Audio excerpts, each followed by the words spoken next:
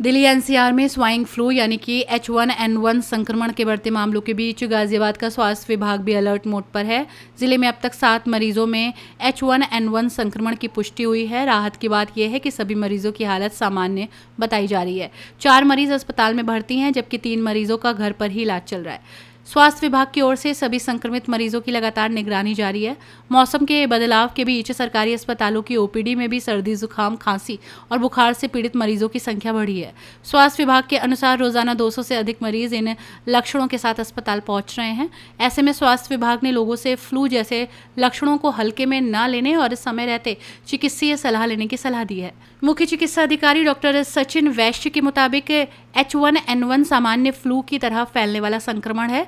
उन्होंने लोगों से घबराने के बजाय सावधानी बरतने की अपील की है। स्वास्थ्य विभाग संक्रमित मरीजों की पहचान और उपचार के लिए 3T यानी कि ट्रैकिंग, ट्रेसिंग और ट्रीटमेंट के तहत काम कर रहा है। विभाग की टीमें संक्रमित मरीजों की स्थिति पर नजर बनाए हुए हैं। उनके संपर्क में आने वाले लोगों की जानकारी भी जुटाई जा रही है।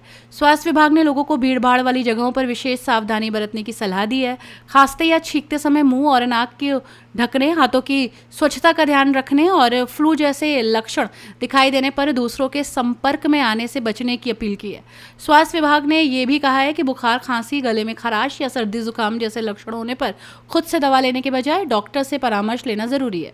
स्वाइन फ्लू के मामले निकल कर आ रहे हैं, इस तरीके की आपकी सबसे कार्रवाई? देखिए, जितना भी हमारा एनसीआर का जो एरिया है और दिल्ली के जितने भी समीपवर्ती क्षेत्र हैं, उन सभी क्षेत्रों को दृष्टिगत रखा जाए तो उसके अंदर स्वाइन फ्लू के मामले प्रकाश में आए हैं। हमारे डिस्ट्रिक्ट के अंदर अभी स्वाइन फ्लू के 7 मामले प्रकाश में आए हैं, जो कि इसमें कतई पैनिक होने की या घबराने की कतई भी आवश्यकता नहीं है, क्योंकि सभी सामान्य बुखार की तरह स्वाइन फ्लू होता है। हमारे स्तर से जितनी भी एडवाइजरीज हैं इससे रिलेटेड हेल्थ डिपार्टमेंट से जारी की जा चुकी है। सभी डिपार्टमेंट्स जो इंटर कोऑर्डिनेटर समिति होती है उनसे बाकायदा समन्वय स्थापित किया जा चुका है। सभी लोगों को निर्देशित किया जा चुका है। इसके अतिरिक्त जो भी हमारे कैपेसिटी बिल्डिंग से रिलेटेड जो भी ट्रेनिंग्स हैं हमारे निम्न स्तर पर और ब्लॉक स्तर पर, वो सब हम लोग करा रहे हैं। प्रचार प्रसार से संबंधित जितनी भी चीजें हैं वो सब भी हम पूरा करा रहे हैं। जितने हमारे गवर्नमेंट हॉस्पिटल्स हैं, प्राइवेट हॉस्पिटल्स हैं, उनको भी हमने एडवाइजरी जारी की है। प्राइवेट हॉस्पिटल्स को बाकायदा बता दिया गया है कि इसका प्रचार करें और इसके अंदर कैसे इसको रोकना है, उसके सुझाव भी दिए गए हैं। किन किन चीज़ों का डू एंड डोंट्स पीरियड में 3Ts का पालन करने के लिए ट्रैकिंग, ट्रेसिंग एंड ट्रीटमेंट पे हम लोग बाकायदा पूरी तरह से प्रतिबद्ध हैं और उसी के स्तर पर हम लोग कार्य कर रहे हैं उसी दिशा में। जितने गवर्नमेंट हॉस्पिटल्स हैं स्वाइन फ्लू के लिए हमने भी एडवाइस जारी किए कि उनके लिए पैड्स आरक्षित कर दिए। अगर बात की जाए कितने डॉक्टरों की टीम है जो इसमें बात कर रही है?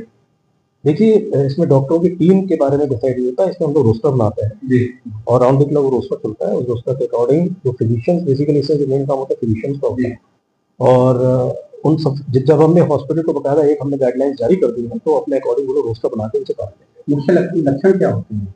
देखिए, स्वाइन फ्लू एक सामान्य बुखार की तरह ही है। इसको एक अतिरिक्त उसमें ना लिया जाए और इसमें पैनिक होने की आवश्यकता नहीं होती है। खांसी, जुकाम, यही लक्षण इसके अंदर नॉर्मल तरीके से नजर आते हैं। लेकिन अगर किसी भी मरीज को या हमारे गाजियाबाद की जनमानस को अगर इसमें कोई भी उनको ऐसा शक होता है कि उनको स्वाइन फ्लू हो सकता है तो वो उसका टेस्ट करवा सकते हैं और टेस्ट कराने के पश्चात संबंधित चिकित्सकीय परामर्श ले सकते हैं। सर, आमजन क्या कुछ सावधानियां बरतें इसमें? देखिए, इसके अंदर मास्क पहन के रहें। सबसे पहले तो मैं आपको अगर जिसको भी अगर खांसी जुकाम है और अगर इसको कोई तेज बुखार आता है तो वो संबंधित चिकित्सक के परामर्श लें और थोड़ा सा दूरी बनाए रखें, कांटेक्ट में रहें। ठीक है, थैंक यू। फिलहाल जिले में H1N1 संक्रमित 7 मरीजों की हालत सामान्य है। स्वास्थ्य विभाग स्थिति पर लगातार नजर बनाए हुए है। सावधानी बरतने की अपील भी की जा रही है। अपनी राय हमें कमेंट में जरूर बताएं और ऐसे ही लेटेस्ट अपडेट्स के लिए हमारे चैनल रॉयल बुलेटिन को लाइक, शेयर और सब्सक्राइब करना ना भूलें।